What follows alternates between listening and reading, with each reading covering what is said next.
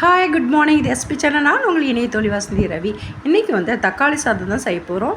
இது எப்படின்னா நம்ம பாரம்பரியமாக நம்ம அப்பா நம்மளுடைய அம்மா பாட்டி அவங்க செஞ்ச மாதிரி ஒரு டேஸ்ட்டோடு இருக்கும். இதுக்கு எந்த ஒரு மசாலா பொருட்கள் சேர்த்தாத செய்யும்போது தான் தக்காளியோட டேஸ்ட் சூப்பராக இருக்கும்.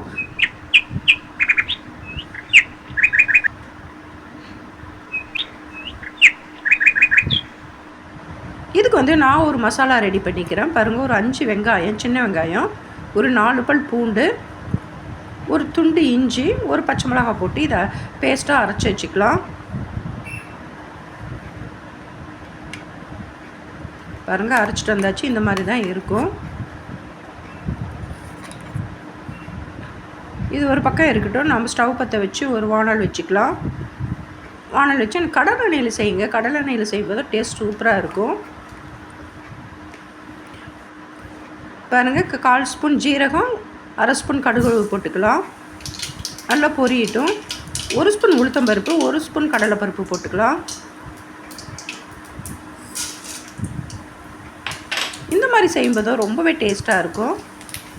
2 வரமிளகாய் போட்டுக்கிறேன் சின்ன சின்னதாக. இது வந்து ரொம்ப காரமாக இருக்கும், அதனால் எங்களுக்கு இந்த காரம் போதுமானதாக இருக்கும். உங்களுக்கு காரம் வேணுன்னா நீங்கள் இன்னும் கூட போட்டுக்கோங்க. ஒரு பெரிய வெங்காயத்தை நீல வாக்கில் கட் பண்ணி போட்டுக்கலாம். கொஞ்சம் கறிவேப்பிலை போட்டுக்கலாம். எல்லாம் வெங்காயம் வதங்கணும்.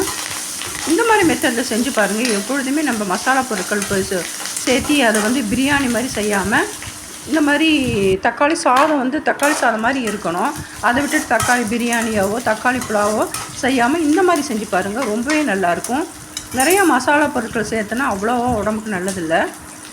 இப்போ நம்ம அரைச்ச இஞ்சி பூண்டு வெங்காயம் இதை வந்து நம்ம சேர்த்திக்கலாம். நல்லா ஆயிலே அதுவும் வதங்கட்டும். பாருங்கள், வதங்கிடுச்சு. இப்போ ஒரு 1/4 ஸ்பூன் மஞ்சள்தூள் போட்டுக்கலாம். இந்த ஸ்டேஜில் வரமிளகாத்தூள் நீங்கள் 1/2 ஸ்பூன் போட்டுக்கோங்க. நான் போட்டுக்கல, எனக்கு காரம் இதே போதுமானதாக இருக்கும். உங்களுக்கு காரம் வேணும்னா போட்டுங்க, இல்லாட்டினா வேண்டாம். எல்லாமே நல்லா ஒன்றா வதங்கி வரட்டும். இந்த ஸ்டேஜில் நான் ஒரு 5 பெரிய தக்காளியை வந்து சின்னதாக கட் பண்ணி போட்டுக்கிறேன்.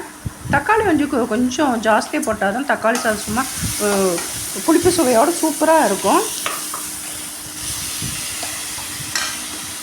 நான் சொன்ன மெத்தடில் செஞ்சு பாருங்கள், ரொம்பவே நல்லாயிருக்கும். தக்காளி சாதம் சும்மா காரசாரமாக நல்ல புளிப்பு சுவையோடு சாப்பிட்றதுக்கு அவ்வளோ ஒரு டேஸ்ட்டாக இருக்கும். நீங்கள் மசாலா பொருட்களாக சேர்த்து செய்யும்போது அது பிரியாணி தக்காளி பிரியாணியாவோ தக்காளி புலாவோ மாதிரி ஆயிரும். அதனால் எந்த மசாலா பொருட்களும் சேர்த்தாமல் நான் சொன்ன மெத்தடில் செஞ்சு பாருங்கள். நம்மளுடைய அம்மா பாட்டி இந்த மாதிரி தான் செஞ்சுருப்பாங்க. சாப்பிட்றதுக்கு அவ்வளோ ஒரு டேஸ்ட்டாக இருக்கும். நீங்களும் இதே மாதிரி ட்ரை பண்ணி பாருங்கள். கொஞ்சம் கொத்தமல்லி தழை போட்டுக்கலாம். புதினா இருந்தால் கூட 2 போட்டுக்கோங்க. நான் 2 புதினா போட்டிருக்கேன். எனக்கு புதினா ஃப்ளேவர் பிடிக்கும். உங்களுக்கு பிடிச்சா போடுங்க, இல்லாட்டினா வேண்டாம். இது வந்து நல்லா கரண்டியில் தக்காளி நல்லா மசிச்சு விட்டுக்கணும். இது ஒரு தொக்கு டைப்புக்கு வரணும். பாருங்கள், கரண்டியில் நல்லா மசிக்கணும்.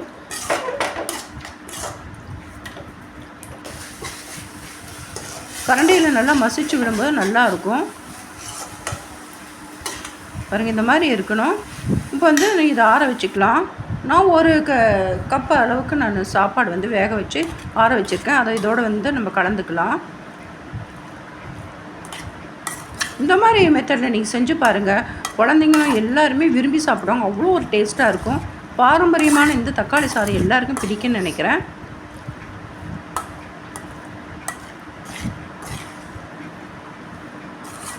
நல்லா கிளறி விட்டுக்கலாம். பாருங்கள், நல்லா கிளறி விட்டுக்கணும். உப்பு புளிப்பு காரம் எல்லாமே கரெக்டாக இருக்கும். இதே மெத்தடில் நீங்களே தக்காளி சாதம் செஞ்சு பாருங்கள். சூப்பரான நம்மளுடைய தக்காளி சாதம் ரெடி ஆகிடுச்சு. இந்த வீடியோ உங்களுக்கு பிடிச்சிருக்குன்னு நினைக்கிறேன். பிடிச்சிருந்தால் சப்ஸ்கிரைப் பண்ணுங்கள், லைக் பண்ணுங்கள், ஷேர் பண்ணுங்கள், கமெண்ட் பண்ணுங்கள். இன்னொரு இன்ட்ரெஸ்டிங்கான வீடியோவோட நான் உங்களை மீட் பண்ணுறேன். எதையுமே ரசித்து செய்யுங்க, ருசித்து சாப்பிடுங்க. இது ஒரு பிளேட்டுக்கு மாற்றிக்கிறேன். இதுக்கு வந்து சைடிஷாக நான் வந்து முட்டை தான் வச்சுருக்கேன். இதுக்கு சைடிஷே தேவையில்லை, அவ்வளோ ஒரு டேஸ்ட்டாக இருக்கும்.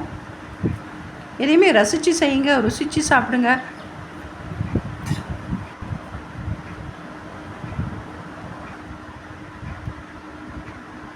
முட்டையோடு சேர்ந்து சாப்பிடும்போது சும்மா அப்படி இருக்குங்க. இன்னொரு இன்ட்ரெஸ்டிங்கான வீடியோவோட நான் உங்களை மீட் பண்ணுறேன். தேங்க்ஸ் ஃபார் வாட்சிங். Bye bye.